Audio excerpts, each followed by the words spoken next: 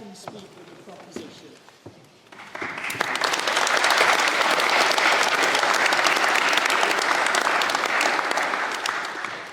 Mr. President, leadership team and assembled guests, it's an honour to speak to you tonight asserting that the Labour government has failed, but I must begin with a confession, for this is not my first time in Durham. For 16 years ago, my face pressed up against the misty windows of a diesel electric train. I trundled in to the train station you're all familiar with when I was looking at what university I wanted to go to. Young and free, my friend and I, we sampled the delights of this city. And what lingers in my memory, I hear calling from the floor. Was it our pilgrimage to the Venerable Bede, or as I heard him called recently, Venny Bede? No, it was not.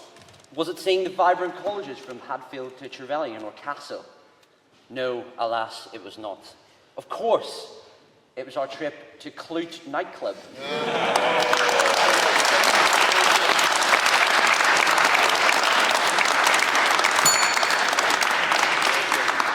World-renowned, and please don't point to information me, world-renowned as the best, worst night out in Europe.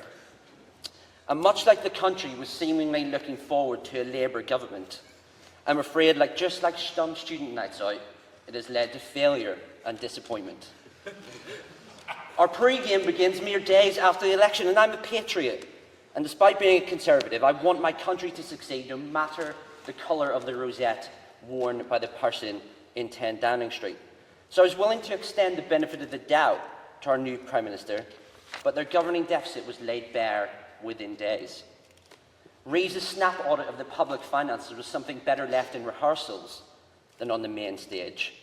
The congruent announcement of a fiscal black hole, bending over to Treasury officials on the winter fuel payment, and pumping £10 billion of taxpayers' money into inflation-busting pay rises, created a narrative that was so convoluted and corrupted that almost 4 years worth of goodwill evaporated in 4 weeks.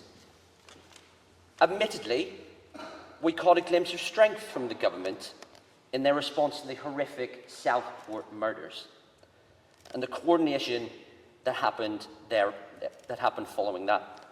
This showed Starmer was able to operate effectively in an environment to which he is suited given his past. His leadership during that period should rightly be praised alongside the bravery of our police and emergency services. And it was really important to see a show of solidarity in this country to those horrific killings in Southport. But alas, government is about success in unfamiliar and expansive terrain. When tackling the complexities of domestic policy, the Starmer government has become increasingly unsure of foot. After those heady first days in power, the baffling decision to have one of the longest delays between the King's speech and the budget allowed the country to sober up and reveal the true extent of Labour's economic illiteracy. Regardless of any public sector reform or any public sector renewal that the government wants to achieve, the economy is, and has been since polling began, the #1 issue for people. Indeed, it is astonishing how many other issues, from trust in politics through to incumbent popularity, relies on the economy. But an economic illiteracy from our governing party, the leadership of which does not contain a single businessman or woman enacting policies which are going to crush the economy of this country. This is not theoretical, rhetorical, or ideological. The economy shrank in September and October, not a theory, but an economic reality. Point of information. You referenced the budget being in October, so under whose budget did the economy shrink? No, I did not reference the budget being in October. I said the economy shrank in September and October. No dialogue on the floor, please. Under whose budget did it shrink? The economy shrank in September and October, not a theory, but an economic reality. Yeah, it did. Businesses are halting hiring, not a piece of throwaway rhetoric, but an economic reality. Confidence is at an all-time low, and inflation remains stubbornly above target. Not ideology, but an existent economic reality. Putting this solely in externalities is tempting for a government which is bereft of business acumen.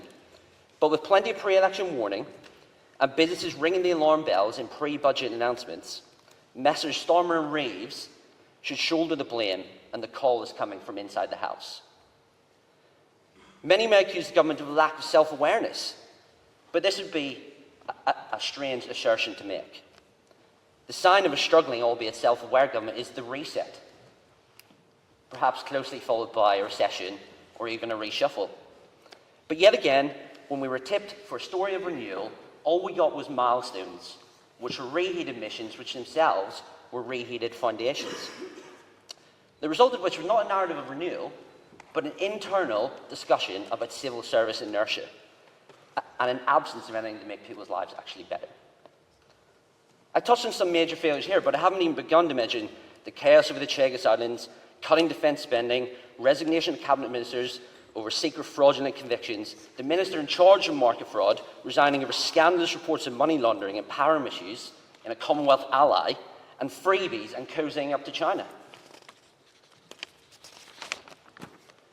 Even if we detach ourselves from that ideological position, it is utterly inept implementation of policy that concerns me greatly.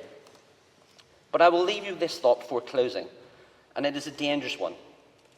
I've listed a litany of policy failures, but second only to my worries about the economy is my worry about Labour's legacy. And that is the legacy impacting our children. With sweeping reforms to the curriculum, academies and school funding, and an ideological pursuit predicated on levelling the playing field by applying the lowest common denominator rather than escalators of aspiration, is one that will impact our country for decades to come. And thus we enter 2025 with the grim realisation that we have 4.5 years of this ahead of us.